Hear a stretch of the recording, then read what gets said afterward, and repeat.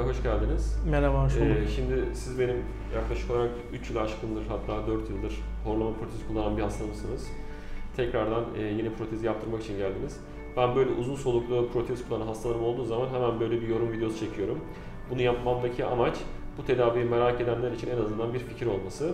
Şimdi 3 yıl öncesine gittiğimizde, yani bana gelmeden önce bu hastalık size ne gibi sıkıntılar yaşatıyordu, hayatınızı nasıl etkiliyordu, bunu anlatabilir misiniz?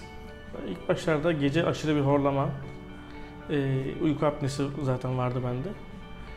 Aşırı yorgun kalkma, gün içerisinde yorgunluklar, bu tarz problemlerim vardı.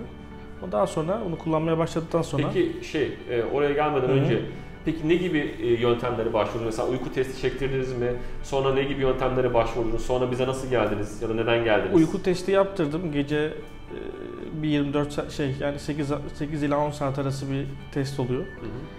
Sonucunda bir rapor çıkıyor. Kaç çıkmıştı sonuç?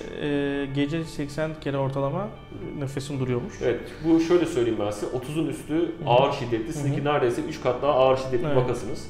Sonra ne oldu? Sonra gittiğim doktor ameliyatın onun çözüm olmayacağını, gece o cihazın ismini tam bilmiyorum. CPAP maskesi. Evet, yani onu kullanmam gerektiğini söylediler. Bir cihazla beraber. Evet. Onunla ilgili bir kalibrasyon yapılması gerekiyor. Yani cihazı alıp o şekilde bir daha bu şekilde olması gerektiğini söylediler. Evet. Ben de bu şekilde rahatsız olacağım, uyuyamayacağımı düşündüğüm için son çare olarak size geldim.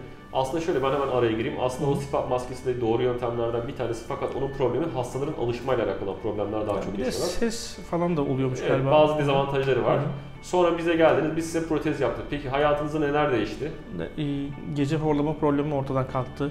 Tıkanmalarınız? Yani, tıkanmalarım ortadan kalktı. Nefes alışverişlerim düzenli olduğu için sabah daha rahat kalkmaya başladım. Aşırı uykulu bir halleri kalktı. Açıkçası rahat ettim. Evet. Daha rahat nefes aldınız. Evet. Peki horlamanızdaki eşinizin gözlemleri nelerdir ya da nefes almanızdaki? Yani tabii o da gece benim gözlemlediğinde tamamen rahat uyuduğumu görmüş. Evet. Yani şu an her şey yolunda. Daha yolunda, evet, kesinlikle. Evet. Sağ olun, teşekkür ederiz. Rica ederim.